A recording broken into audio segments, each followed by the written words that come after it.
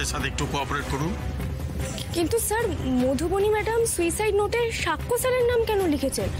সাক্ষ্য স্যার এই সুইসাইড অ্যাটেম্পটের সাথে রিলেটেড নাকি? দেখুন, রিলেটেড কিনা সেটা মধুবনী ম্যাডামের জ্ঞান ফিরলে তবেই প্রপারলি জানা যাবে। প্রাইমারি রিপোর্ট থেকে যেটা জানা যাচ্ছে তাতে ওর আর আপনার, মানে আপনারা তো পাওয়ার কাপল, তাই ওর মনে আপনার সম্বন্ধে হয়তো কোনো এক্সপেকটেশন তৈরি হয়েছিল, আর সেটা যখন ভেঙে যায় তার থেকে একটা শক, আর সেটা থেকে এই ডিসিশন।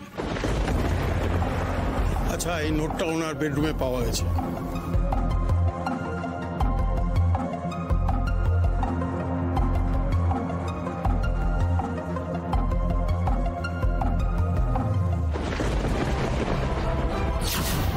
সাক্ষ্য, আমি পারলাম না তোমার মনের মতো হয়ে উঠতে, তাই বিদায় নিলাম।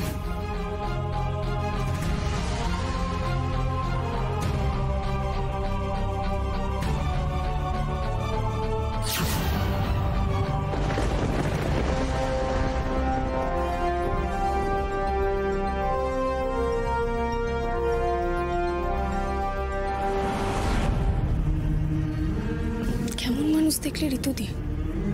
যদিও মানুষটা অসুস্থ, বলতে খারাপ লাগছে, কিন্তু না বলেও পারছি না। মূর্তেই যদি যাবি, তাও ভালোবাসার জন্য, তাহলে ভালোবাসার মানুষকে বিপদে ফেলার কল কে করে রাখে? এটা কেমন ভালোবাসা? কি বলি বলো তো? Don't get tensed mister Chatterjee. আচ্ছা, আমি আদার ফর্মালিটিসগুলো সেরে আসছি।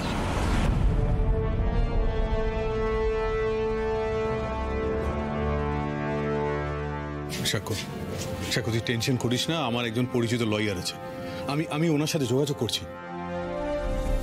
সবটা আমার জন্য হলো।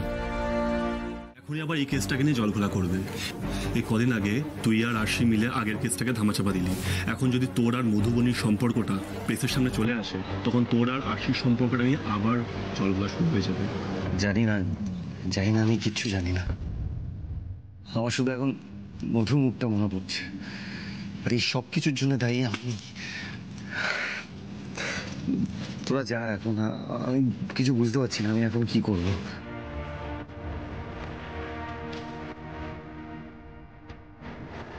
ও বজরংবলী, মধুবনী ম্যাডাম স্যারকে কোন অতন্তরে ফেলে দিল? সাক্ষ্য, এভাবে ভেঙে পড়িস না। তুই যদি এইভাবে ভেঙে পড়িস তাহলে মধুকে কে দেখবে? এখনো তো আশা ছেড়ে দেওয়ার মতো কিছু হয়নি। ওকে সুস্থ করে তোলার চেষ্টা করতে হবে। তুই এরকম করলে হবে? হ্যাঁ হ্যাঁ, তুই ঠিক বলেছিস রাহুল। আমাকে তো কিছু একটা করতে হবে। আমি এরকম করলে কি করে হবে? আমারই তো উচিত ওর ট্রিটমেন্টের ব্যবস্থা করার, ওর দায়িত্ব নেওয়া। হ্যাঁ সাক্ষ্য, ওকে সুস্থ করে তোলা ছাড়া এখন আর কিছু ভাবিস না। বেটার হয় মধুবনীর জন্য যদি একটা ভালো ডাক্তার কনসাল্ট করিস। দেখ, জিনিয়া তো এখানে নিয়ে এসেছে, একটা প্রাইমারি ট্রিটমেন্ট হলো, এবার তুই ওকে কোনো ভালো কোনো ডাক্তারের কাছে নিয়ে যা। এই ঋতুদি, জিতটা কিন্তু এই ব্যাপারটা একদম ঠিক বলেছে। এই জেনারেল সিটি হসপিটাল আর ডাক্তার বোসকে আমার একদম সুবিধার বলে মনে হয় না। পাপাইদের কেসটা মনে আছে? হ্যাঁ, সবই মনে আছে। পাপাই, সাক্ষ্য, দুবারই তো দেখলাম। এই হাসপাতালের মেডিকেল বোর্ডের সাথে ও মিটিং করে, বুঝলে তো? তো সেক্ষেত্রে ওর অ্যাকচুয়াল হেলথ রিপোর্ট পাওয়া এখান থেকে খুব ডিফিকাল্ট।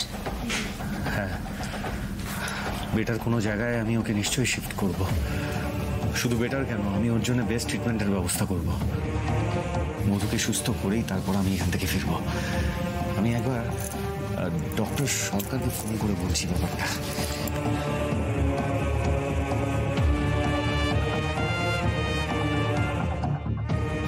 হ্যালো ডক্টর সরকার।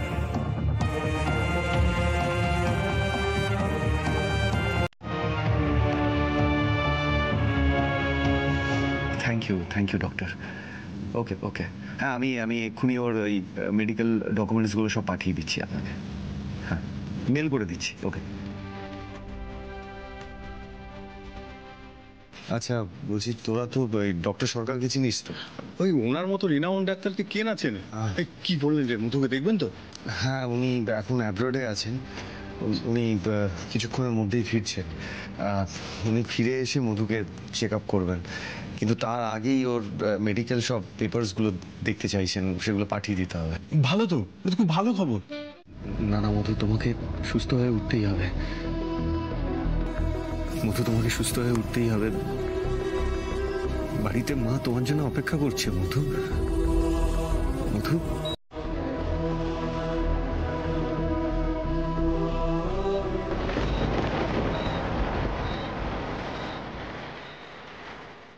এ কি মিস্টার চ্যাটার্জি, আপনি এখানে কি করছেন? নার্স, আপনি রুমে ছিলেন না? এখানে এত লোক ঢুকে পড়লো কি করে? ডক্টর, আমি তো স্যালাইন আনতে বাইরে গেছিলাম, তার মধ্যেই এরা। দেখি মিস্টার চ্যাটার্জি,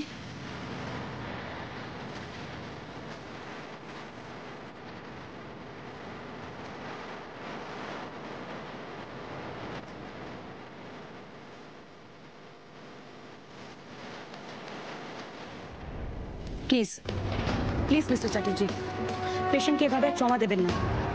দেখছেন তো পালস রেট কীভাবে ফল করছে। ওনার সিচুয়েশন কিন্তু এখনো ক্রিটিক্যাল। এভাবে ওনাকে ইমোশনাল হ্যামার করলে ওনার কন্ডিশন আরও ডিটোরেট করবে। আপনাকে অনুরোধ করছি আপনারা প্লিজ বাইরে গিয়ে ওয়েট করুন। ডক্টর বলছি ওর পালস রেট ফল করছে, তার মানে কি আমি মধুর ক্ষতি করে ফেললাম? সেটা আমরা দেখে নিচ্ছি মিস্টার চ্যাটার্জি, আপনি প্লিজ বাইরে গিয়ে ওয়েট করুন। না না ডক্টর, প্লিজ প্লিজ আমাকে এখানে থাকতে দিন। মধুর জ্ঞান না ফেরা অবধি আমি এখানে থাকতে চাই, প্লিজ ডক্টর।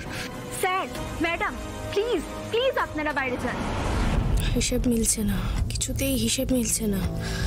স্যার মধুবনী ম্যাডামকে দূর দূর করে তাড়িয়ে দেওয়া, তারপরে এই ঘুমের ওষুধ খাওয়া, স্যারের এই চোখের জল, এই হিসেব না মিললেও মিলতে পারে, কিন্তু এই হার্টবিট ফল করা, এসব হিসেব তো মিলছে না।